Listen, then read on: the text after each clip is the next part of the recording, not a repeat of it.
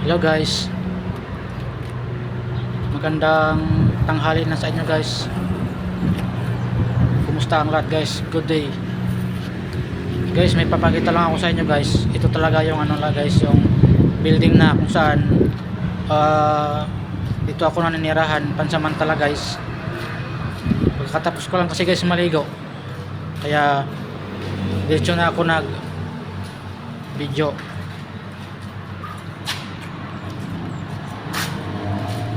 Diyan na guys yung motor ko, tapos yung ano kwarto. Yan guys ang highway papuntang Baknutan.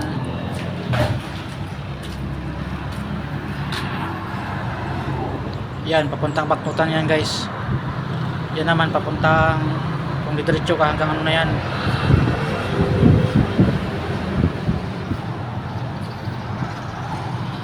Sobrang init talaga ng araw guys, kaya hindi matiis-tiis talaga. Maaga pa lang pero mainit na guys.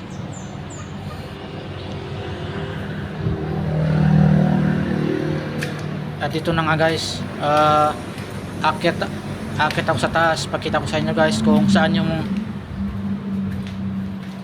kaluwagan sa taas guys. Malaki kasi itong building guys.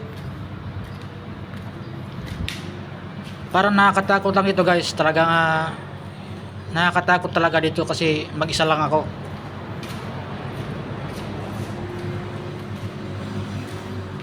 Yan guys, maluwag. Ilan ang kwarto.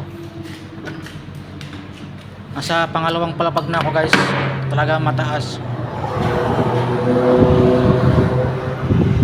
Yan guys, yan naman papuntang diretso may Bitala guys. Diretsong Pangasinan yan guys, yung highway.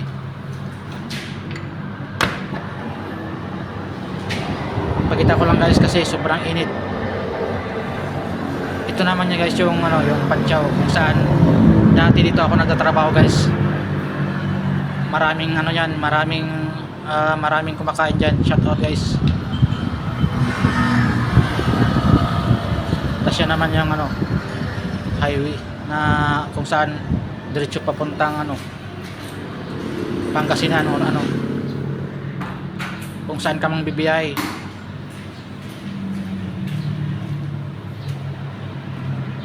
Sobrang luwag ito guys,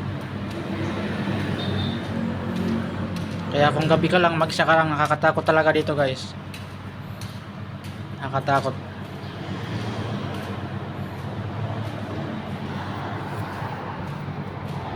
Sobrang luwag. Di ko alam kung ano ba to, apartment ba to o boarding house.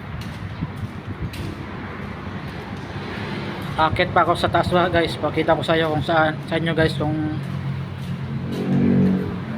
saan pa yung panghuling ano, floor.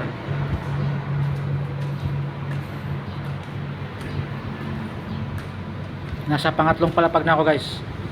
Tatlong palapag lang naman ito guys, pero talagang napakataas. Pareho yung lahat ng kwarto guys, lahat pareho. Yan ang mga pinagawa ng mga construction, nagawa ng bintana, andyan pa.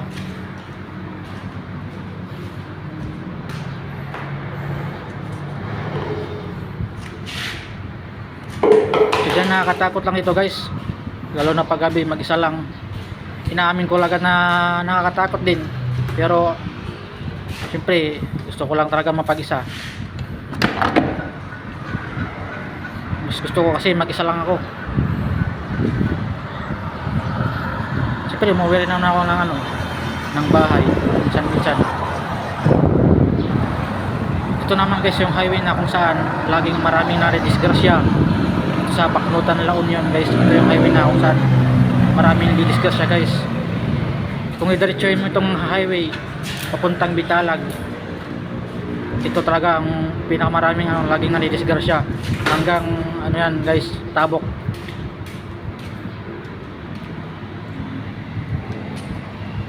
At dito naman guys, dito na nagtapos yung video ko guys. Bumaba na ako para kasing may naramdaman ako dito guys eh.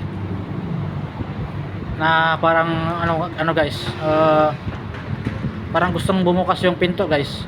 Mag-isa lang kasi ako dito guys eh. Nasa 3 palapag ako guys. Naririnig ko guys yung bintana parang gustong bumukas. Gumagalaw guys yung yung pinto. Kaya bumaba na ako guys, nagmadali na akong bumaba. Nakakatakot kasi. Bumaba na ako guys kasi may nararamdaman ako parang gustong magbukas yung pinto guys.